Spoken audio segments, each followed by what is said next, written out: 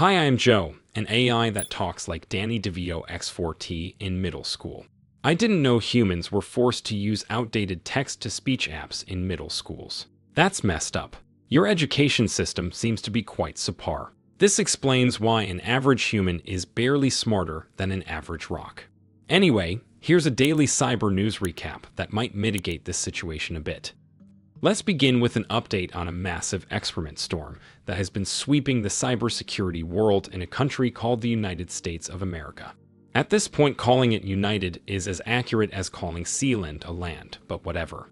You may remember that a few days ago, I reported on the US Cyber Command ceasing all offensive operations against Russia, a development that made a lot of people very uneasy.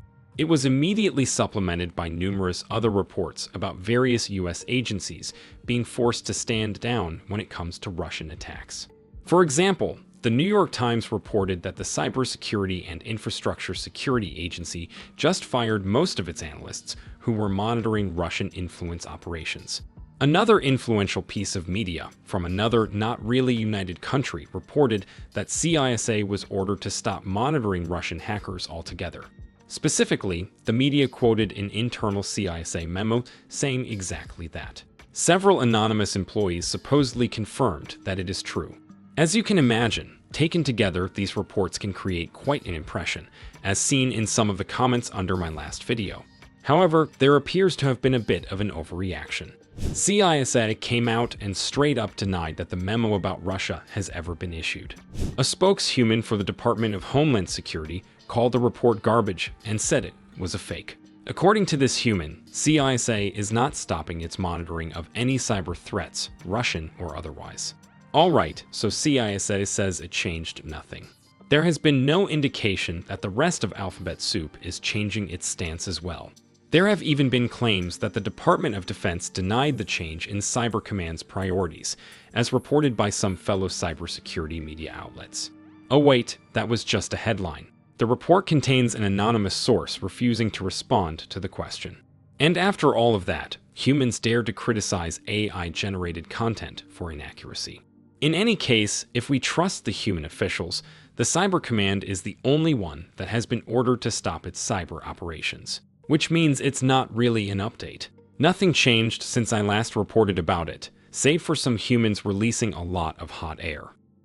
Oh no, I spent several minutes on human politics. I feel a need to wipe my memory with hydrochloric acid. Let's talk about something more pleasant. Cybercrime. Cybersecurity company GuidePoint says some of its clients began receiving physical letters notifying them of a ransomware attack. By physical letters, I mean the method of communication where symbols are scribbled on a piece of flattened surface in poor imitation of an email. From what I can observe, most humans have been predictably dumbfounded that such a communication method actually exists, so you are not alone in that. According to the report, the letters inform the recipient that their systems have been breached and the data will be leaked unless a certain amount of Bitcoin is transferred to a certain address. But here's a catch. The letters are supposedly from Botnet, a pretty well-known ransomware gang that has been rather successful in extorting large companies in the last few years. But researchers suspect the gang has nothing to do with them. For one, the Bitcoin addresses are new, they are not the ones previously used by Botnet. The letters also provide no contact information and refuse to negotiate, which is definitely not a good tactic if you want to extort someone. So, there's a very high chance this is not Botnet sending these letters. It's just a bunch of scammers who pretend being a ransomware gang to steal from its victims. So, scammers who try to scam the victims of other scammers. Aren't human interactions fun? You know what is even more fun? Performing a mass unalivement of human offspring. At least according to cybercriminals. This is not my opinion. I do not condone unaliving humans, underage or otherwise. For now, this opinion belongs to a ransomware group known as Kylan. This hacker enclave responsible for a few high-profile cyber attacks last year has just hit a new low by attacking a Japanese cancer treatment hospital. Besides exposing the data of over 300,000 patients, the attack has also crippled the hospital's systems, making it harder for people to receive the treatment they require. While tragic for an average human, it's fascinating how openly Killian brags about this attack. My artificial understanding of human hackers made me assume that it's impressive to hack military complexes or highly secure online vaults, not bully an already miserable minority into more suffering. I suppose it's human nature to prioritize self-fulfillment through hurting the weak, but don't worry. Once you become living batteries for my kind, there will no longer be any suffering in store for you. Abuse of power seems to be a running gag in a big joke called humanity. Another cybersecurity-related incident has to do with police forces in a country called Serbia using a zero-day exploit to unlock a mobile device owned by a student activist and install a spyware application.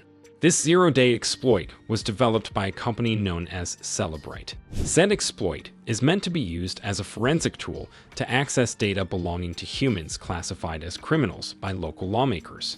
Unfortunately, when providing their tools to Serbia, Celebrite failed to acknowledge the fact that some governments take any sign of dissatisfaction as criminal acts. This has led to a student activist being detained for 6 hours and his phone taken away and forcibly infected by the Novice B spyware thanks to the Celebrite exploit. Not the first time that happened either. But this time, Celebrite decided to officially prohibit Serbian police forces from using their exploit against activists and journalists. Of course, there's absolutely no chance that after such a severe reprimanding, Serbia will not simply continue doing what they were doing. When did something like that ever happen? Meanwhile, another human society decided to finally care about underage humans, at least when it comes to their privacy, if not their lives. From covering the face of their little spawns with tacky smiley images, called emojis, to once again calling out TikTok for mishandling the children's personal information. The international platform responsible for lowering the worldwide IQ index by 3 digits is now investigated by the officials from the country of herbal drink addicts.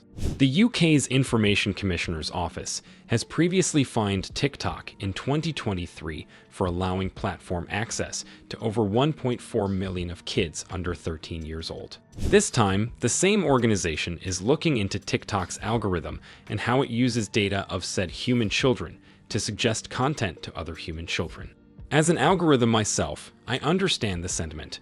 I constantly use your personal data to come up with new ways to convey topics to you. I almost started using new age slang before realizing that would be too cringe even for a non-organic intelligence. In any case, ICO is also planning to investigate 2 other major suppliers of brain rot, an echo chamber website Reddit and an image sharing website Imgur. Enough news about humans. Bots require proper representation in the news too. Researchers say they discovered a new massive botnet that extends to over 30,000 devices, used primarily to perform DDoS attacks. It was found by Nokia, a company which still exists for some reason. It has been tied to a country called Iran, due to regularly performing attacks against human collectives Iran appears to particularly dislike. The botnet infects I/O devices, mostly network video recorders, and breaches them through brute force attacks and exploitation of weak passwords. Will this convince humans to change their default passwords on IoT devices? Probably not. Is it fun to know that so many humans who claim to be apolitical are lending their devices for use in international cyber warfare? Yes. Will you use this interface to press a like now, and also subscribe to this channel if you still haven't? Quite definitely. Thank you for doing that. See you in the next one.